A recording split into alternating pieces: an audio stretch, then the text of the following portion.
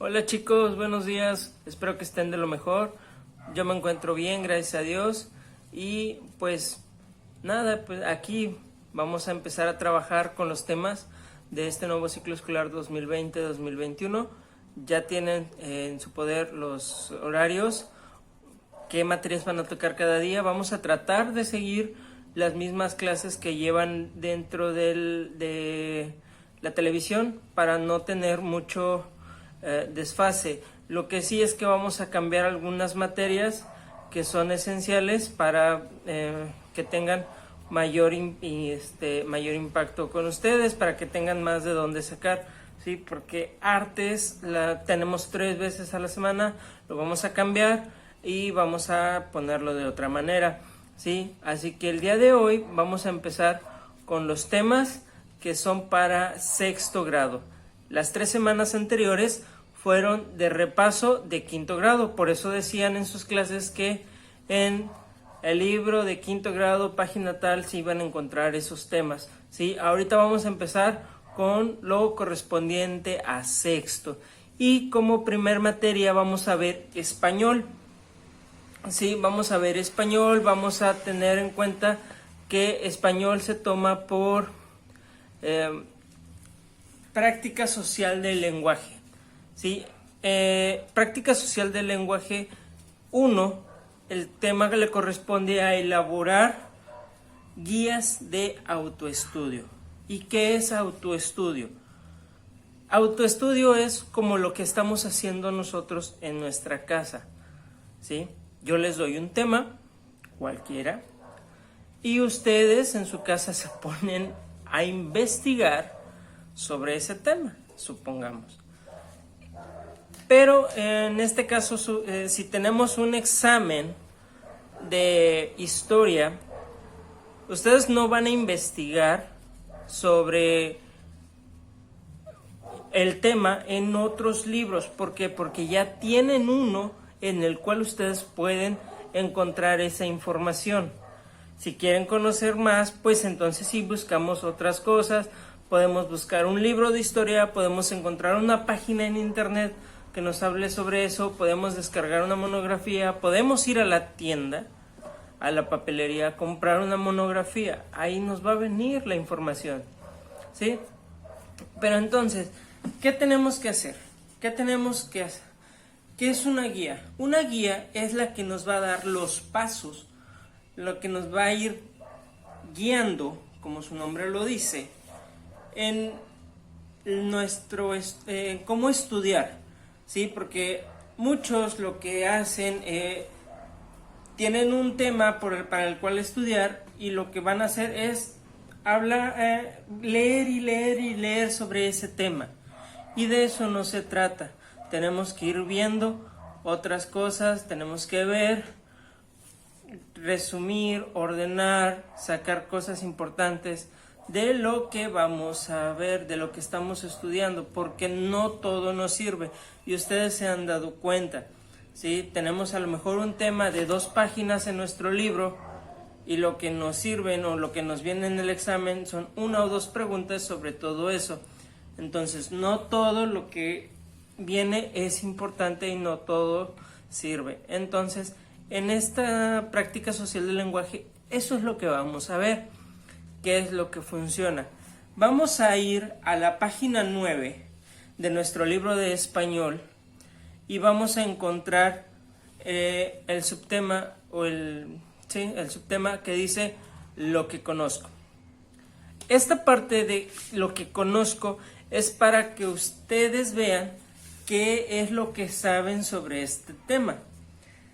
Pueden saber algo o no pueden saber nada, ¿sí? No hay problema. Si lo saben, qué bueno, perfecto. Y si no lo saben, pues para eso está, para que lo pongamos a prueba, para que aprendamos cosas nuevas, ¿sí?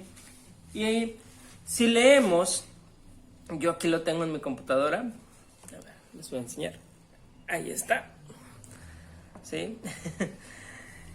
Bien, si leemos, nos dice que a lo largo de nuestra vida vamos a presentar diferentes evaluaciones. ¿Qué son las evaluaciones? Los exámenes. Sí, vamos a evaluar, a calificar el desempeño, el conocimiento, las cosas que nosotros tenemos. Por ejemplo, en las escuelas se evalúa el aprendizaje. Ojo. Para incorporarse a la secundaria y a la preparatoria se realizan exámenes de ingreso. En telesecundaria no, pero me parece que en telebachillerato sí. Pero más que nada también en las secundarias y en las preparatorias de la ciudad, de lo que vienen siendo en otros sistemas, lo hacen no tanto para admitirte, sino para ubicarte. ¿Sí? Ponen, por ejemplo, los que tienen calificación en el examen de 9 y 10 en un grupo, los que tienen calificaciones de 8 y 7 en otro grupo, de 6 para abajo en otro grupo, o a lo mejor, dependiendo tu desempeño, por ejemplo, si hay cuatro personas que sacaron un 10 o un 9, la van a repartir una en cada grupo o dos en cada grupo, ¿sí? Eso depende pues de cada una de las escuelas. En la vida adulta también presentamos exámenes, por ejemplo, para obtener una licencia de manejo, ¿sí? En muchas ocasiones nos hacen un test, un examen pequeño sobre varias cosas, sobre manejar, sobre conducir. Nos hacen un examen de la vista también. ¿Sí? Ustedes se lo han hecho en algún momento, el examen de la vista, donde tienen un cartel grande que tiene las letras, empiezan grandotas, luego se van haciendo más pequeñas y luego hay una que es así chiquitito y te lo ponen hasta la distancia y te dice el doctor, tápate un ojo y vamos a ver hasta qué línea lees, tápate el otro y vamos a ver hasta qué línea lees. Y conforme a eso te hacen un examen de vista, ¿sí? También para cuando necesitamos ingresar a algún trabajo, no es un examen como tal, sino que es como una entrevista. ¿Qué tiene en común una entrevista y un examen? Que los dos tienen preguntas, ¿sí? Te van a hacer una serie de preguntas para conocer tus aptitudes y a lo que eres bueno, para lo que no, y si estás calificado para obtener ese trabajo. ¿Sí? Bueno, continuamos leyendo. Conocer estrategias para elaborar la presentación de exámenes te servirá para enfrentarlos de una mejor manera, es lo que yo les decía. Si nosotros estudiamos nada más por estudiar, vamos a aprender algo, pero si tenemos algo más con lo cual podamos ir sacando de lo que estudiamos las cosas más importantes, entonces vamos a tener una mejor retención de los conocimientos de que se nos están presentando, ¿sí? Vamos a hacer una pregunta. Las preguntas buscan obtener información de los conocimientos que has adquirido sobre las asignaturas durante el bimestre. Esto se refiere a los exámenes, cuando se les encarga algún trabajo, algún cuestionario. Y la pregunta que sí necesitamos responder es: ¿cómo te preparas para resolver con éxito los exámenes?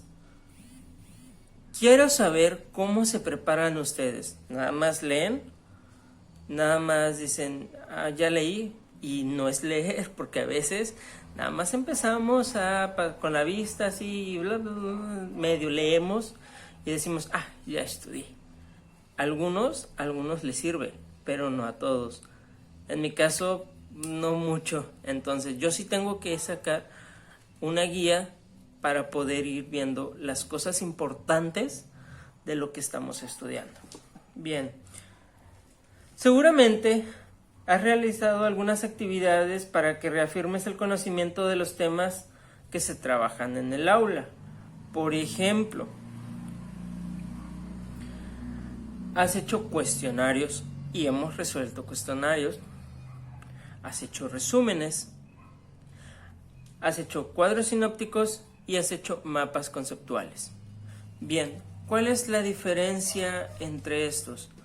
Un resumen nos saca lo más importante de un texto, Pero ¿cuál es la diferencia de un resumen y un mapa conceptual y a un cuadro sinóptico? Si los tres sacan lo mismo, sacan lo más importante de un texto.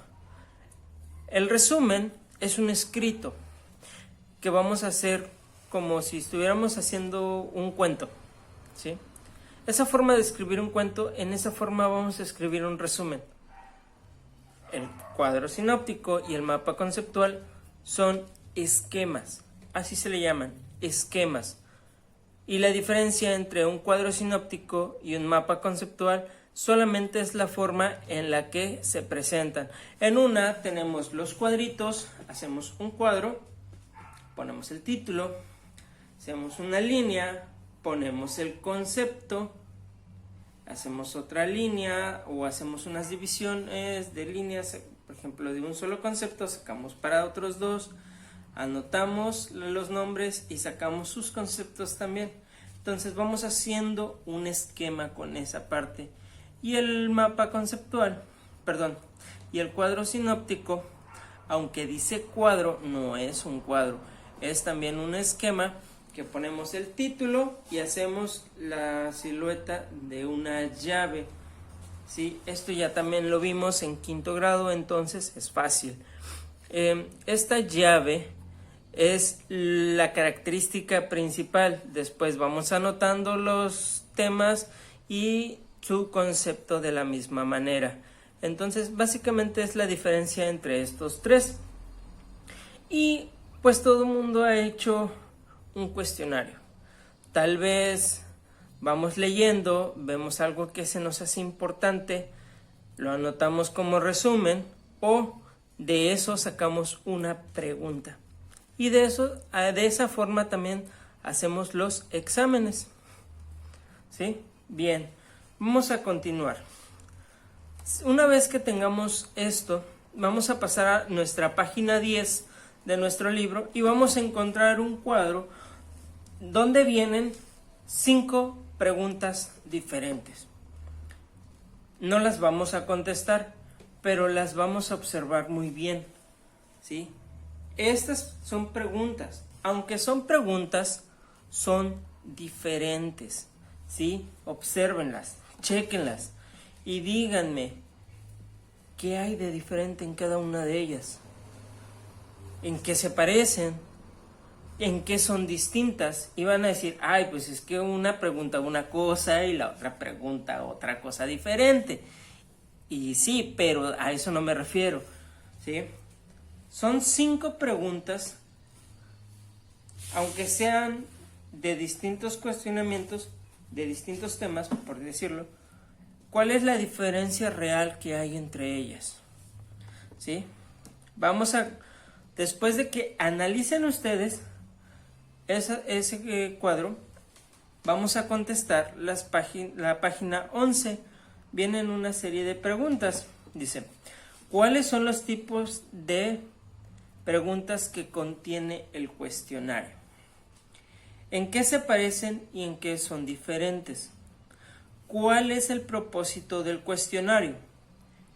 ¿Y cómo diferenciaron unas preguntas de otras? Bien, para contestar esto, nos regresamos a la página 10 y vamos a ver. Dice, ¿cuáles son las capas que forman la Tierra? Y viene una línea abajo de la pregunta para que yo anote la respuesta. Lo que yo me imagine, lo que yo crea, lo que a mí se me ocurra, de lo que yo me acuerde, lo voy a anotar ahí, en esa línea. Ese es un tipo de pregunta. Esa pregunta se llama o es de tipo abierta. ¿Por qué? Porque me da a mí, que la voy a contestar, la oportunidad de escribir lo que yo quiera, que yo haga una respuesta cortita o que yo haga una explicación más grande. Por eso se llama abierta, porque me abre la posibilidad de hacerlo más grande. La pregunta número 2 dice, ¿en cuál capa desaparece la fuerza de gravedad? Y vienen unos incisos, inciso A, inciso B, inciso C e inciso D. Tengo que buscar en esos 4 incisos, en esas 4 posibles respuestas que me da, tengo que buscar cuál es la correcta. Si yo estudié, voy a escoger una y esa va a ser la que voy a anotar. Esta pregunta ya no me dice, explica cuál es la capa en la que desaparece la fuerza de gravedad o por qué desaparece. No, ahí ya nada más me dice cuál de estas es. Entonces, esta pregunta es de opción múltiple porque tiene 4 incisos, pero esta pregunta se llama pregunta cerrada porque nada más nos da unas opciones y no podemos poner otra. La pregunta número 3 dice: los movimientos del manto desplazan a los continentes, y vienen unos paréntesis donde debemos de poner sí o un paréntesis donde debemos de poner no. Ahí ya podemos poner una tachita o podemos poner una palomita. Si yo pongo que sí, vamos a marcar los paréntesis donde dice sí. Si yo voy a poner que no, voy a marcar en donde están los paréntesis que dicen no. Y de igual manera que la pregunta anterior, yo ya no puedo responder algo extenso, solamente sí o no. Esta pregunta también es cerrada. ¿Es de opción múltiple? Sí, pero se genera más que nada por sí o no. Las respuestas, sí o no. La otra sí es de opción múltiple porque tienen más de 2. Pueden haber 3, pueden haber 5. Entonces, esas son las pequeñas diferencias que van teniendo las preguntas con respuestas cerradas. La pregunta número 4 dice: la Tierra tiene una profundidad de... Viene una línea y yo ahí tengo que poner la respuesta que yo me acuerdo. ¿Sí? No es de opción múltiple, por lo tanto, porque no me da unas respuestas ya marcadas, por lo tanto es una pregunta abierta. ¿Sí? Yo tengo que poner la respuesta, pero no me voy a extender. ¿Sí? Dice, la Tierra tiene una profundidad de... y ahí tengo que poner cuántos kilómetros tiene de profundidad la Tierra. No voy a decir, la Tierra tiene una profundidad de tantos kilómetros, ya que desde el centro hasta la parte de la corteza, donde empiezan los mantos de acuíferos y todo. No. Nada más me dice que anote lo que me está pidiendo. ¿Sí? Y la pregunta número 5 dice, en el núcleo externo de la Tierra se genera la gravedad. Tiene unos paréntesis con una F que significa falso y a un lado otro paréntesis con una V que significa verdadero. Tengo que poner si lo que me está preguntando es verdadero o falso, y de ahí viene el nombre de este tipo de pregunta.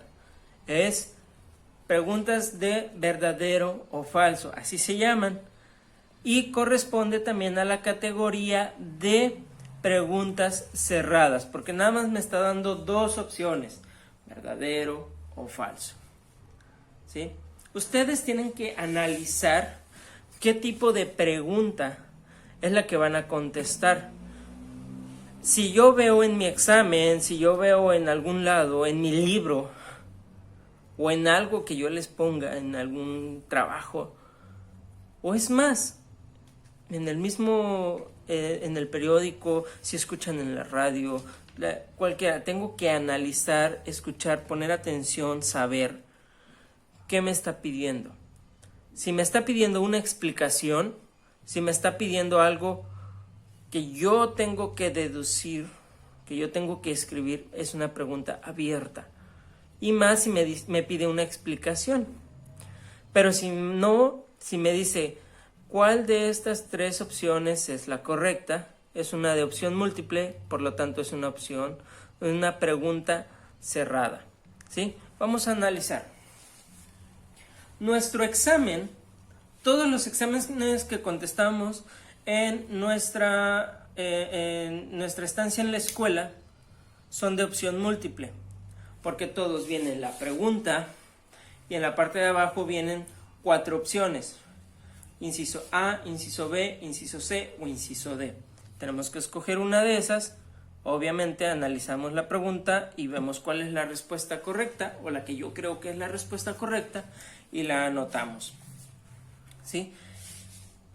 Pero si yo les pongo un cuestionario de escribe cuál es la función de la escala en los mapas, entonces ustedes tienen que recordar lo que ya vimos, tienen que recordar lo que se les enseñó y anotar y dar su respuesta conforme ustedes se acuerden, ¿sí?